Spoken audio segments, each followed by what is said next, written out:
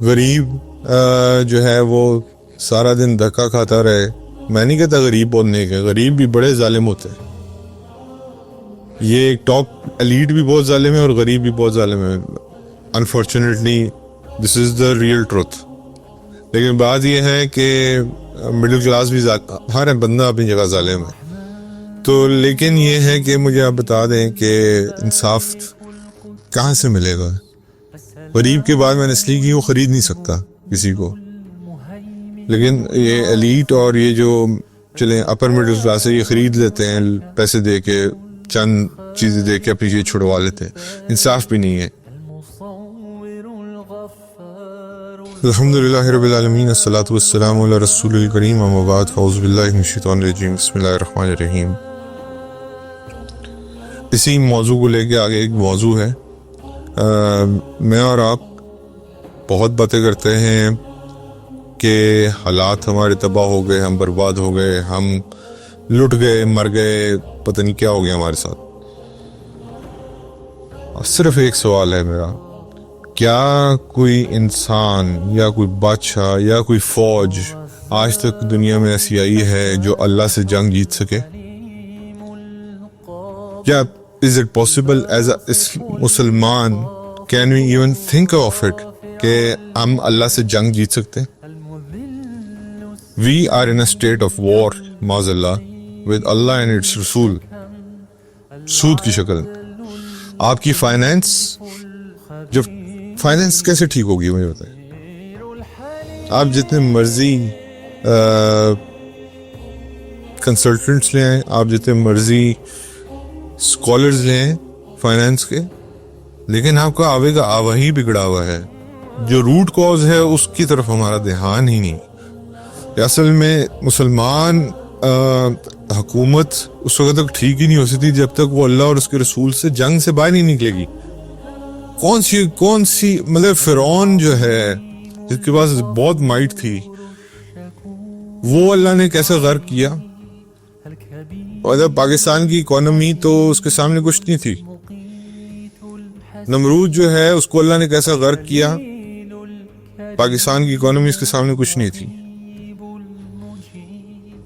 How can we even think کہ ہم اللہ اور اس کے رسول سے جنگ کی حالت میں ہو کر اپنی فائنینس ٹھیک کر سکتے ہیں؟ اور یہ لعنت بڑھتی جا رہی ہے دن بدن، بڑھتی جا رہی. آپ دیکھیں آج جو بچہ پیدا ہوتا ہے، پہلے وہ پتہ نہیں کتنے کا قرض دار تھا، آج وہ پتہ نہیں، پہلے کچھ 100 روپیوں میں قرض دار تھا، اب وہ 1000 کا قرض دار ہوا، پھر اب وہ لاکھوں میں قرض دار ہو گئے، اور ان قریب ہی حالات رہے جو کروڑوں کا قرض دار ہے. یہ تو آپ کو وہ کہتے ہیں نا کہ جان کے مار رہے ہیں. آپ جتنا قرض دیتے جائیں گے اتنا سود بڑھتا جائے گا، اور اتنی پھر لوگ کہتے ہیں کہ سود سے پیسہ بڑھتا ہے. تو یہ سود سے پیسہ بڑھ رہا ہے، میں اور آپ عام عوام جو ہے وہ قرضدار ہوتی جا رہی ہے. ٹھیک ہے، اس میں میرا اور آپ کا قصور نہیں ہے. آنسریبل وہ ہیں جنہوں نے یہ سود لیا ہے. اچھا، ایک نان مسلم ملک کی مثال میں آپ کو دیتا ہوں، حالانکہ نہیں دینی چاہیے انفارچونیٹلی، لیکن کیا کریں، اب ہمارے پاس ایسا کوئی مسلمان ملک نہیں ہے جس نے یہ کیا ہو. ارجنٹینا ہے. IMF کو اس نے کہا اپنے پیسے واپس لو، اوپر ہم تمہیں وہ نہیں دیں گے، جو کرنا کر لو، انٹرسٹ نہیں دیں گے. کیا آج ارجنٹینا مر گیا؟ ختم ہو گیا، دنیا کے نقشے سے مٹ گیا، ختم ہو گیا. دی ٹوک اے اسٹینڈ. انہوں نے کہا ہم نہیں دیتے، جو کرنا کر لو. یہ ہے ہمارا ایشو نمبر 1. فائنینس ہماری ٹھیک نہیں ہو سکتی، آپ جو مرضی کرتے رہیں. نمبر 2، اللہ کے ہاں جو ہمارے ہاں جو اللہ سب سے زیادہ ناپسند کرتے ہیں کہ فحاشی اور عریانی، وہ ہمارے ہاں اتنی کامن ہو گئی ہے کہ اللہ رب العزت نے، اللہ کے نبی نے فرمایا جہاں فحاشی اور عریانی کامن ہو جائے وہاں پہ پھر کیا ہوتا ہے؟ خون ریزی ہوتی.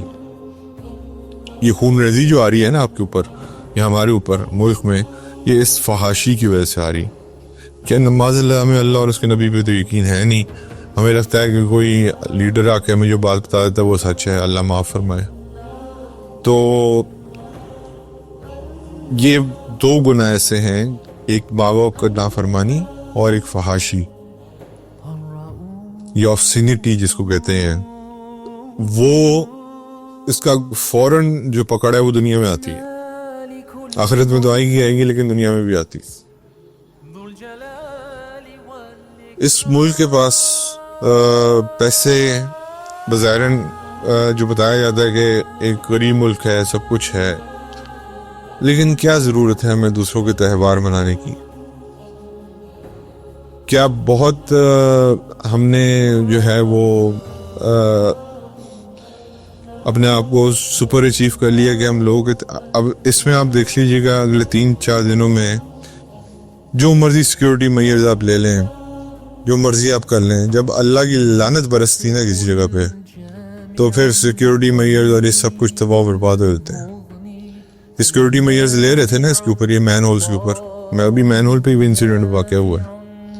ہمارے ایک ایکس پرائم منسٹر تھے جنہوں نے یہ بیان دے دیا تھا اور ان کے پیچھے پورا میڈیا پڑ گیا تھا، ناٹ ٹیک نیم، مجھے بہت سارے اختلافات ان سے، لیکن بات یہ ہے کہ انہوں نے بات سچی کی تھی۔ انہوں نے کہا تھا کہ اگر خاتون اپنا ڈریس کور نہیں کرتی تو ریپس تو ہوں گے۔ لوگوں نے اس کو یہ کہنا شروع کر دیا کہ تمہاری آنکھیں گندی، حالانکہ مرد کو اور عورت دونوں کو حکم ہے قرآن میں کہ اپنی، پہلے مرد کو ہے کہ اپنی آنکھوں کی حفاظت کرو اور موڈسٹی کی حفاظت کرو، اور اسی طرح پھر اگلی آیت میں حکم ہے کہ عورت کو کہ اپنی آنکھوں کی حفاظت کرو اور اپنی موڈسٹی کی حفاظت کرو۔ یہ دوسرا بڑا مسئلہ ہے ہمارا جس کی وجہ سے یہ قتل عام ہو رہا ہے۔ فائنینس کا ایشو آ گیا، یہ ریسٹلیسنس ہے ہمارے معاشرے میں، یہ قتل عام ہے۔ تیسرا مسئلہ ہمارا ڈپریشن ہے، اور ڈپریشن کیوں ہے؟ ایک تو ہے دین سے دوری، کہنے کہ ہمیں پتہ ہی نہیں ہے کہ حضور صلی اللہ علیہ وسلم پہ بھی یہ وقت آیا۔ ایسی بات نہیں ہے کہ دیندار آدمی جو ڈپریشن نہیں آتا، لیکن حضور کا ڈپریشن کا وہ معاملہ کچھ اور تھا کہ شاید اللہ نے مجھے چھوڑ دیا۔ آج ہمارا ڈپریشن اس چیز پہ نہیں ہے کہ اللہ نے مجھے چھوڑ دیا، آج ہمارا ڈپریشن اس چیز پہ ہے کہ مجھے مال نہیں مل رہا، مجھے اچھی تنخواہ نہیں مل رہی، مجھے دنیا کی چیزیں نہیں مل رہی۔ تو there is a hell of a difference between two depressions۔ یا تو میں اور آپ اس چیز پہ ڈپریس ہو کے بیٹھے ہونا کہ یار ملک کے حالات کیوں نہیں ٹھیک ہو رہے، لوگ مسلمان کیوں نہیں ہو رہے، لوگ اسلام پہ کیوں نہیں آ رہے، تو 100 بسم اللہ، ایسا ڈپریشن تو از مور دین ویلکم۔ یہ فکر ہے کسی کو ہم میں سے کہ میں اگر نماز پڑھوں تو اپنے ساتھ والے کو بھی نمازی بنا لوں، اس سے ساتھ والے کو بھی نمازی بنا لوں؟ یہ فکر ہے کسی کو؟ نہیں، یہ تو ہماری فکر نہیں ہے۔ ڈپریشن ہمارا کچھ اور تھا، اللہ والوں کا کچھ اور ہوتا ہے۔ اس کی بھی پل قرآن میں موجود ہے، سورہ والضحیٰ کی شکل میں۔ اللہ تعالیٰ ڈپریشن کم کر دیں گے، لیکن اب قرآن سے تعلق ہی نہیں، پتہ ہی نہیں قرآن کیا چیز ہے۔ ابھی رمضان المبارک انشاءاللہ آئے گا، اس میں قرآن پڑھیں گے ہم، اور پڑھیں گے اور ختم بھی کریں گے، لیکن اگین بات ہوئی ہے پھر 11 مہینے ویسی۔ یہ رمضان المبارک کے آنے کا مقصد صرف ایک ہوتا ہے کہ اللہ رب العزت آپ کو اور مجھے ٹرین کروا دے کہ میں اور آپ اگلے 11 مہینے اس چیز پہ گزاریں۔ قرآن پڑھ لیا، میں آپ کو بتاؤں، آپ جتنی تلاوت کرنا چاہتے ہیں کریں، اس پہ آپ کو اللہ 10 ثواب ملے گا، لیکن خدا کے لیے قرآن سے تعلق بھی جوڑیں کہ یار بے شک ایک آیت پڑھیں لیکن اس کا پڑھیں جیسے اللہ چاہتے کہ ہم سے۔ یہ تیسرا مسئلہ ہمارے ڈپریشن کا، یہ اس سے سولو ہوگا۔ اصل اگر آپ اس کو سیگریگیٹ کر کے بھی دیکھیں نا کہ ڈپریشن کن لوگوں کا کن قسم کا ہے، تو آپ کو 90% ریزلٹس ورلڈلی ملیں گے، یعنی کہ دنیاوی ڈپریشن کی وجہ سے لوگ پریشان ہیں، کوئی ہسپتال میں ہے، کوئی دوائیوں پہ لگا ہوا ہے، کوئی اپنی جان ہی لے رہا ہے سوسائڈ، غربت کی وجہ سے، کوئی کسی وجہ سے۔ تو آپ کو شاید چند لوگ ملیں جو دین کی وجہ سے پریشان ہو کہ یار دین نافذ نہیں ہے اس ملک میں، یا کوئی مسئلہ نہیں ہے، وہ ان کو ڈپریشن اس وجہ سے ہوا۔ زیادہ تر مطلب کہ 90% کیسز میں آپ کو دنیاوی وجوہات کے اوپر ہی ڈپریشن ملے گا، کیونکہ ہماری امیدیں بہت اونچی ہیں اور ہماری جو جب امیدیں پوری نہیں ہوتی تو پھر انسان ڈپریشن میں چلا جاتا ہے۔ میں کل ایک ویڈیو دیکھ رہا تھا، بڑی خوبصورت نبی کریم صلی اللہ علیہ وسلم نے بات کی، اگر حضور یہ کر سکتے ہیں نا تو پھر میں اور آپ کچھ نہیں ہیں ان کے سامنے۔ او مائی ڈیئر وائف، نبی کریم صلی اللہ علیہ وسلم نے فرمایا کہ میرے سے امید ایوریج رکھنا ہے۔ آج ہمارے گھر کیوں ٹوٹ رہے ہیں؟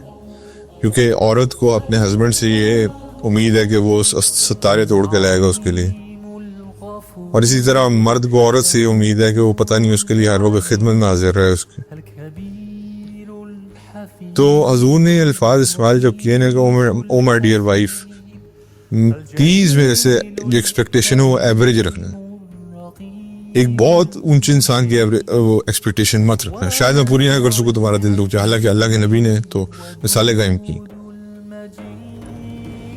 لیکن علماء اس حدیث کو لے کے یہ بتاتے ہیں کہ اپنی وائف کو اور وائف اپنے ہسبینڈ کو یہ بتا دے کہ میرے سے امید ایوریج رکھو، تاکہ تمہارا دل نہ ٹوٹے اس وقت۔ آج ہمارے گھر بھی اسی بات پہ ٹوٹ رہے ہیں، طلاقیں بھی اسی بات پہ ہو رہی۔ اچھا، پھر اس کے بعد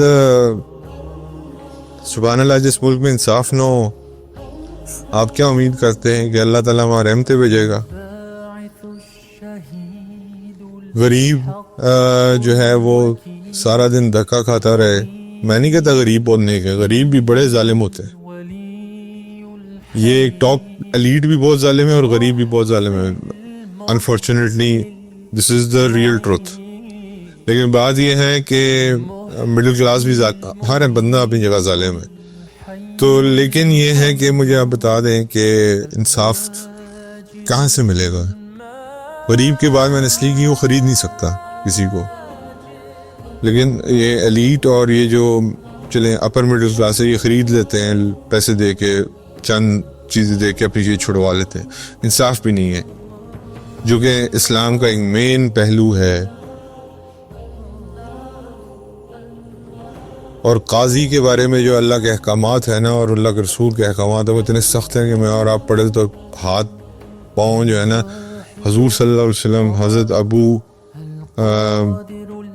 ایک صحابی کو کہہ رہے تھے، میرے نام سے ذہن وہ بڑے تقوی والے صحابی ہیں، ان کو کہہ رہے تھے کہ میں اپنے لیے بھی پسند نہیں کرتا اور آپ کے لیے بھی پسند نہیں کرتا کہ مجھے کسی پہ قاضی بنایا جائے۔ حضور فرما رہے ہیں جو کہ بہترین قاضی تھے دنیا کے، انصاف بھی نہیں۔ اور سبحان اللہ، آپ کے جو پروٹیکٹرز ہیں پولیس والے، ان کو بھی ہم نے خراب کیا ہوا ہے رشوت دے دے کے۔ اگر یہ قوم ٹھان لے کہ ہم نے نہیں دینی رشوت، لیکن نہیں، کسی کا کام اگر ہو رہا ہے تو وہ کروا رہا ہے آرام سے۔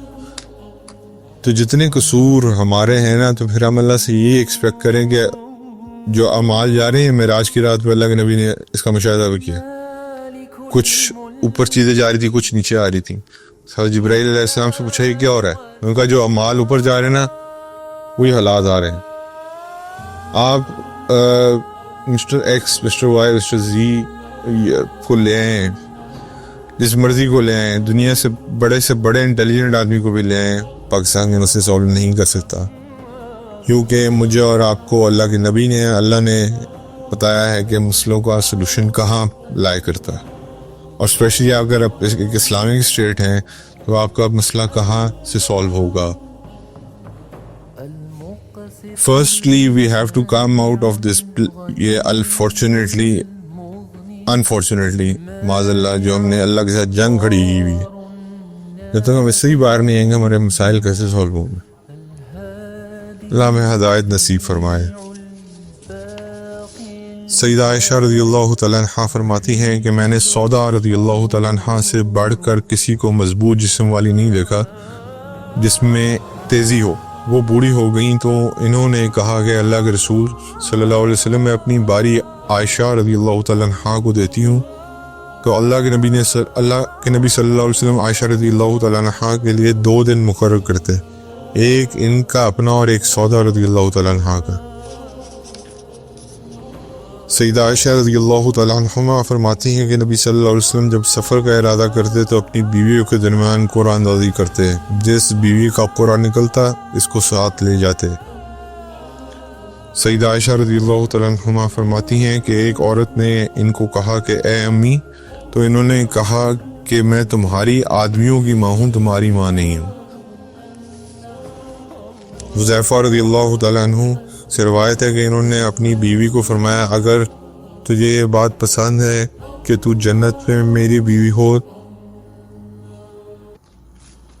حضرت حذیفہ رضی اللہ تعالیٰ عنہ سے روایت ہے کہ انہوں نے اپنی بیوی کو فرمایا اگر تجھے یہ بات پسند ہے کہ تو جنت میں میری بیوی ہو تو میرے بعد کسی اور سے نکاح نہ کرنا، کیونکہ عورت جنت میں اپنی آخری خاوند جو دنیا میں تھا اس کی بیوی ہوگی، اس لیے نبی صلی اللہ علیہ وسلم کی بیویوں سے نکاح کرنا حرام ہو گیا، کیونکہ وہ آپ صلی اللہ علیہ وسلم کی جنت میں بھی بیویاں ہوں گی۔ سیدہ عائشہ رضی اللہ تعالیٰ عنہما فرماتی ہیں کہ نبی صلی اللہ علیہ وسلم نے فرمایا آپ مجھے نیند میں 3 راتیں دکھائی دی۔ سیدہ عائشہ رضی اللہ تعالیٰ عنہا فرماتی ہیں کہ نبی کریم صلی اللہ علیہ وسلم فرمایا تو مجھے نیند میں 3 راتیں دکھائی گئیں، میرے پاس فرشتہ ریشمی کپڑے لے کر آتا تھا اور کہتا تھا آپ صلی اللہ علیہ وسلم کی بیوی ہیں، میں آپ کے چہرے کو دیکھتا تو وہ میں دوبارہ ریپیٹ کر رہا ہوں۔ سیدہ عائشہ رضی اللہ تعالیٰ عنہا فرماتی ہیں کہ نبی صلی اللہ علیہ وسلم نے فرمایا آپ مجھے نیند میں 3 راتیں دکھائیں گی، میرے پاس فرشتہ ریشمی کپڑے میں لے کر آتا تھا اور کہتا تھا یہ آپ صلی اللہ علیہ وسلم کی بیوی ہیں، میں آپ کے چہرے کو دیکھتا تو وہ آپ ہوتی تھیں، تو میں آپ کو کہتا اگر یہ اللہ کی طرف سے ہے تو ہو کر رہے گا، یعنی کہ حضرت عائشہ was not the choice of Prophet صلی اللہ علیہ وسلم, it was an order from اللہ. اور یہ خواب میں ان کو حضور صلی اللہ علیہ وسلم کو 3 دن لگاتار یہ خواب آیا. حضور نے بیان فرمایا, نبی صلی اللہ علیہ وسلم نے فرمایا جب اللہ تعالیٰ کسی مرد کے دل میں کسی عورت سے شادی کا ارادہ ڈالے تو اس کو دیکھنے میں کوئی حرج نہیں. انس رضی اللہ تعالیٰ عنہ فرماتے ہیں مغیرہ رضی اللہ تعالیٰ عنہ نے ایک عورت سے شادی کی. نبی صلی اللہ علیہ وسلم نے ان کو کہا جاؤ ان کو دیکھ کر آؤ, یہ بات زیادہ لائق ہے کہ تمہارے درمیان محبت زیادہ ہو. فرماتے ہیں میں نے انہیں دیکھا پھر اس کے موافقت ذکر کیا. تو یہ ہے ہمارے ہاں جو لوگ اسلام کسٹم کو اسلام پہ لے آتے ہیں نا کہ نہیں کیا یہ ضروری ہے بھائی, دیکھنا ہے آپ نے, آپ کی زندگی بار کی ساتھی ہے, اس کے ساتھ میں زندگی گزارنی ہے. ابو ہریرہ رضی اللہ تعالیٰ عنہ فرماتے ہیں کہ آپ صلی اللہ علیہ وسلم سے سوال کیا گیا کون سی عورت بہتر ہے؟ فرمایا وہ عورت جو خوش کر دے جب اس کی طرف دیکھا جائے اور اطاعت کرے جب اس کا حکم دیا جائے, اپنے نفس اور مال میں اس کی مخالفت نہ کرے. حذیفہ رضی اللہ تعالیٰ عنہ سے سوال کیا گیا کہ آدمی اپنی والدہ پر بھی داخل ہونے سے پہلے اجازت لے, تو انہوں نے کہا جی ہاں, اگر اس میں ایسا نہ کیا تو اس نے ایسی چیز دیکھ لے گا جو وہ ناپسند کرتا ہے.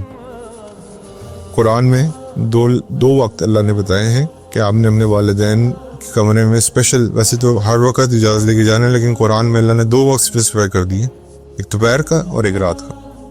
You cannot go inside your parents' room without knocking the door. چاہے والدہ اکیلی ہوں یا چاہے والد اکیلے ہوں, پھر بھی اللہ نے تمیز سکھائی ہے. یہ ایتھکس قرآن سکھا رہے ہیں. سیدہ ابن عباس رضی اللہ تعالیٰ عنہما کہتے ہیں کہ ایک ایسی آیت جس پر اکثر لوگ ایمان نہیں لاتے یعنی عمل نہیں کرتے, وہ اجازت والی آیت ہے. اگر کوئی عورت جس کا کوئی نگہبان ہے, میں اس کو اس کی بات کا حکم دوں گا کہ وہ میرے پاس اجازت مانگ کر آئے, یعنی کہ حضور کے پاس بھی اپنے نگہبان سے اجازت مانگ کے آئے. عمر بن خطاب رضی اللہ تعالیٰ عنہ نے ابو عبیدہ بن جراح کی طرف خط لکھا. اب آپ اندازہ کر لیں کہ حضور یہ اگر اپنے لیے حکم کر رہے ہیں تو آج کی عورتوں کو خیال کرنا چاہیے, وہ تو کسی کھاتے بھی نہیں لاتی ہیں آج کے اپنے محرموں کو۔ عمر بن خطاب رضی اللہ تعالیٰ عنہ سے ابو عبیدہ بن جراح رضی اللہ تعالیٰ عنہ کی طرف خط لکھا، حمد و ثنا کے بعد مجھے یہ بات معلوم ہوئی ہے کہ مسلمان عورتیں مشرک لوگوں کی بیویوں کے ساتھ حمام میں نہاتی ہیں، ان کو اسے منع کر دیجیے، کیونکہ کسی عورت کے لیے جو اللہ اور آخرت پر ایمان رکھتی ہے جائز نہیں کہ وہ اس کی شرم گاہ دیکھے، علاوہ اس عورت کے جو اس دین کی ملت سے ہو، یعنی کہ جو دین سے باہر ہیں it is not allowed actually۔ ابو سعید خدری رضی اللہ تعالیٰ عنہ نبی صلی اللہ علیہ وسلم سے روایت کرتے ہیں کہ دنیا سرسبز و شاداب اور میٹھی ہے اور اللہ تعالیٰ تمہیں اس کا بدل دے گا، تم کیسے عمل کرتے ہو؟ دنیا سے بچو، عورتوں سے بچو۔ جو بنی اسرائیل کا پہلا فتنہ تھا وہ عورتوں کا تھا۔ انس رضی اللہ تعالیٰ عنہ فرماتے ہیں کہ میں نے نبی صلی اللہ علیہ وسلم کو اور بال کاٹنے والے کو دیکھا، آپ صلی اللہ علیہ وسلم کے بال کاٹ رہا تھا، صحابہ کرام رضوان اللہ عنہم اجمعین اوپر کھڑے تھے اور ان کا ارادہ تھا یہ بال ان کے ہاتھوں میں گرے۔ ابن سیرین فرماتے ہیں کہ اگر میرے پاس آپ کے بال ہوتے تو یہ دنیا اور مافیا سے بہتر تھا۔ انس بن مالک رضی اللہ تعالیٰ عنہ فرماتے ہیں کہ جب قربانی والے دن آپ صلی اللہ علیہ وسلم نے بال کٹوائے تو لوگ علیحدہ علیحدہ ہو گئے اور آپ صلی اللہ علیہ وسلم کے بال کو لینے لگے، ابو طلحہ بھی ان میں سے کچھ بال حاصل کر لیے تبرک کے طور پہ۔ انس بن مالک رضی اللہ تعالیٰ عنہ فرماتے ہیں حضور نبی کریم صلی اللہ علیہ وسلم نے رمی کی اور قربانی کی تو اپنے سر کے دائیں جانب سے نائی کے سامنے کی، دائیں جانب نائی کے سامنے کی، اور اس دائیں جانب سے موڑ دی گئی پھر آپ کے بال حضرت ابو طلحہ کو دے دیے گئے، پھر بائیں جانب کی طرف اس طرف کی تو اس نے موڑ دی اور آپ صلی اللہ علیہ وسلم نے اس حکم دیا کہ لوگوں میں تقسیم کر دیے جائے۔ حضرت ابو سعید رضی اللہ تعالیٰ عنہ سے روایت ہے کہ نبی کریم صلی اللہ علیہ وسلم نے فرمایا، اے علی رضی اللہ تعالیٰ عنہ، کسی جنبی کے لیے مسجد میں آپ کے علاوہ اور میرے علاوہ حلال نہیں ہے آنا۔ حضرت علی کا مقام آپ کے سامنے۔ سیدنا ابو ہریرہ رضی اللہ تعالیٰ عنہ فرماتے ہیں کہ نبی صلی اللہ علیہ وسلم نے فرمایا، اللہ پاک بندے کا درجہ بلند کرے گا، وہ کہے گا یہ میرے لیے درجات ہیں، تو اللہ پاک فرمائے گا یہ تیری اولاد کی دعا کی وجہ سے، یعنی کہ جو اولاد نیک ہو بعد میں اپنے والدین کی دعا کرتی ہو اس کی وجہ سے درجات بلند ہوتے جاتے ہیں۔ نبی صلی اللہ علیہ وسلم نے فرمایا، 3 بندے ایسے ہیں کہ ان کا اللہ پر حق ہے، ان کی مدد کریں، اللہ کے راستے میں جہاد کرنے والا، وہ نکاح کرنے والا جو برائی سے بچنے کا ارادہ رکھتا ہو، اور وہ مکاتب جو ادا کرنے کا ارادہ رکھتا ہو۔ انس بن مالک رضی اللہ تعالیٰ عنہ فرماتے ہیں، مکاتب کا مطلب ہے جو کتابوں کو جانتا ہو اور آگے علم پھیلانا چاہتا ہو۔ انس بن مالک رضی اللہ تعالیٰ عنہ فرماتے ہیں کہ آپ صلی اللہ علیہ وسلم فرمایا، دنیا میں میرے نزدیک سب سے محبوب چیزیں عورت اور خوشبو ہیں، نماز میری آنکھوں کی ٹھنڈک بنائی گئی ہے۔ نبی صلی اللہ علیہ وسلم نے فرمایا، جس نے ہماری سنت سے محبت کی اس کو چاہیے کہ وہ ہماری سنت پر چلے، اور نکاح کرنا بھی میری سنت ہے۔ سعید بن جبیر فرماتے ہیں کہ مجھے عبداللہ بن عباس رضی اللہ تعالیٰ عنہما نے کہا، شادی کرو، بے شک ہم میں سے بہتر وہ ہے جن کی سب سے زیادہ بیویاں تھیں، یعنی نبی صلی اللہ علیہ وسلم۔ جناب نبی کریم صلی اللہ علیہ وسلم نے فرمایا، تم عورتوں پر داخل ہونے سے بچو۔ ایک انصاری آدمی نے کہا، اے اللہ کے رسول، آپ کا دیور کے بارے میں کیا خیال ہے؟ آپ صلی اللہ علیہ وسلم نے فرمایا، دیور تو موت ہے، مجھ سے آج لوگ پردہ ہی نہیں کرتے۔ ابن عباس رضی اللہ تعالیٰ عنہما فرماتے ہیں کہ میں نے نبی صلی اللہ علیہ وسلم سے سنا کہ کوئی آدمی عورت کے ساتھ تنہائی اختیار نہ کرے اور نہ اکیلی عورت بغیر محرم کے سفر کرے۔ ادھر کہے آج کسی عورت کو بتائے گی آپ کو۔ نبی صلی اللہ علیہ وسلم نے فرمایا، اے علی رضی اللہ تعالیٰ عنہ، آپ نظر کو نظر کے پیچھے نہ لگائیے، آپ کے لیے پہلی اور آخری آپ کے لیے نہیں ہے، یعنی کہ پہلی نظر معاف ہے، اس کے بعد دوبارہ جب نظر پڑے تو وہ معاف نہیں ہے۔ حضرت جریر رضی اللہ تعالیٰ عنہ فرماتے ہیں کہ میں نے آپ نبی صلی اللہ علیہ وسلم سے اچانک نظر کے بارے میں سوال کیا آپ صلی اللہ علیہ وسلم نے فرمایا مجھے حکم ہے کہ حکم دیا گیا ہے کہ اپنی نظروں کو پھیر لو۔ نبی صلی اللہ علیہ وسلم نے فرمایا کہ ابن آدم کے حصے میں جو زنا کا حصہ اللہ پاک نے لکھ دیا ہے وہ اس کو ہر حال میں کر کے رہے گا۔ آنکھوں کا زنا دیکھنا، زبان کا زنا بولنا، نفس کا زنا خواہش اور تمنا کرنا اور شرمگاہ کی اس کی تصدیق کرے یا تکذیب کرے۔ اللہ تعالیٰ بچائے ہمیں جی۔ عبداللہ رضی اللہ تعالیٰ عنہ فرماتے ہیں کہ ہم کو نبی صلی اللہ علیہ وسلم نے فرمایا نوجوانوں کی جماعت جو کوئی تگ میں شادی کی طاقت رکھتا ہو وہ شادی کرے، بے شک یہ نظروں کو نیچا کرنے والی اور شرمگاہوں کی حفاظت کا ذریعہ ہے، اور جو کوئی شادی کی طاقت نہیں رکھتا وہ روزے رکھے، بے شک روزے اس کے لیے ڈھال ہیں۔ زر بن حبیش اسدی فرماتے ہیں کہ مجھے عبداللہ بن مسعود رضی اللہ تعالیٰ عنہ نے کہا ہفتہ کیا ہوتا ہے؟ میں نے کہا آدمی کی اولاد، تو انہوں نے کہا کہ بلکہ اس کی بہنیں ہفتہ کہلاتی ہیں، ہے فے دال تا، وہ گول والی ہاں اس کے پتا ہے، یہ لفظ ہے۔ نبی صلی اللہ علیہ وسلم نے فرمایا کہ میں نہ پاؤں تم میں سے کسی کو کہ وہ ٹیگ لگانے والا ہو اپنے تکیے پر اور اس کے پاس معاملہ آئے جس کا میں نے حکم دیا ہو، یا ایسا معاملہ جس سے میں نے منع کیا، اور وہ کہے کہ میں تو صرف اس کی اتباع کروں گا جو ہمیں کتاب اللہ میں پایا گیا، یعنی کہ حدیث پہنچے، سنت پہنچے اور آرام سے ٹیک لگا کے بیٹھا ہو، تو میں تو صرف فالو کروں گا، تو اللہ کے قرآن کو فالو کروں گا۔ یہ ایک فتنہ ہے بھی پرویزی فرقے کی شکل میں۔ حضرت علی رضی اللہ تعالیٰ عنہ فرماتے ہیں کہ میں نے فرمایا اللہ کے رسول صلی اللہ علیہ وسلم آپ قریش میں سب سے زیادہ عمدگی پاتے ہیں اور ہمیں چھوڑ دیتے ہیں۔ آپ صلی اللہ علیہ وسلم کا کیا تمہارے پاس کچھ ہے؟ میں نے کہا جی ہاں، حمزہ رضی اللہ تعالیٰ عنہ کی بیٹی۔ آپ صلی اللہ علیہ وسلم نے کہا وہ میرے رضائی بھائی کی بیٹی ہیں، میرے لیے حلال نہیں۔